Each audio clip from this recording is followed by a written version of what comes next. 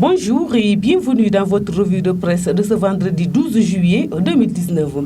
Les résultats de l'indice de perception de la corruption d'Afrobaromètre et le rejet par la Chambre administrative de la Cour suprême du recours en annulation de la révocation de l'ex-maire de Dakar, Khalifa Ababacar Sall, sont les principaux sujets à la une des quotidiens reçus ce vendredi au groupe Média du Sud. Le journal Enquête rapporte que la plus grande enquête sur les citoyens concernant la corruption en Afrique a rendu ses conclusions jeudi.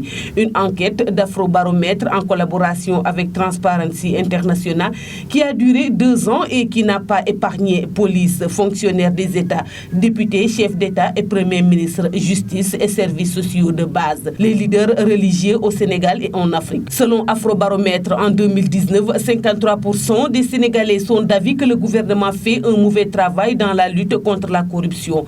L'enquête de 2 ans concerne députés, chefs d'État et premiers ministres, police, justice.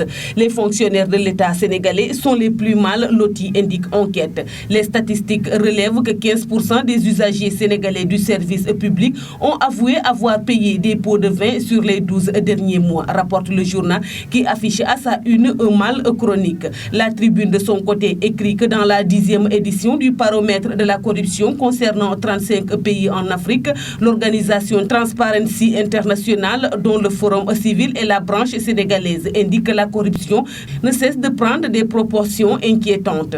Dans les 10 rapports, des députés de l'Assemblée nationale, des acteurs de la justice et des membres du gouvernement sont épinglés comme étant au cœur d'un système ou de rigueur, selon la Tribune qui affiche à sa une la corruption à tous les étages. Le quotidien de son côté revient aussi sur le rejet par la Chambre administrative de la Cour suprême du cours en annulation de la révocation de l'ex-maire de Dakar, Khalifa Ababacar Sall. Parlant de cette décision, Sud Quotidien titre « La Cour suprême cautionne Macky Sall ». La Chambre administrative de la Cour suprême déboute Khalifa Sall. Toutes les procédures de la révocation sont jugées légales, rapporte Sud Quotidien. En août 2018, le président sénégalais Macky Sall avait révoqué de ses fonctions le maire de Dakar, Khalifa Sall, au lendemain de sa condamnation en appel à 5 ans de prison pour escroquerie sur les deniers publics. Selon Libération, Khalifa Sall perd définitivement la mairie de Dakar. L'ex-maire perd la bataille de Dakar, dit le quotidien critique. Khalifa Sall éliminé de la mairie. C'est un nouveau revers pour Khalifa Sall qui espérait être réhabilité de ses fonctions de maire de Dakar en attaquant le décret de sa révocation. Note le quotidien Enquête qui relève que ses avocats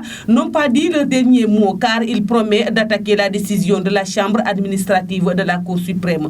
Du moment que le Témoin souligne que débouté sans surprise, Khalifa Sall retourne à la CEDEA pour attaquer cette dernière décision de justice. Le journal LAS rapporte que dans le cadre de la rationalisation des dépenses de l'État, Macky Sall supprime 15 agences. Le Soleil annonce à la une que l'équipe du Sénégal affrontera en demi-finale de la Coupe d'Afrique des Nations la Tunisie, dirigée par le Français Alain Giresse, ancien sélectionneur des Lions du Sénégal. Et pour le journal Vox Populi, ce sera une demi-finale de feu pour les Lions. C'est tout pour la revue de presse parvenue à la rédaction du groupe Média du Sud. Merci et bonne lecture à tous.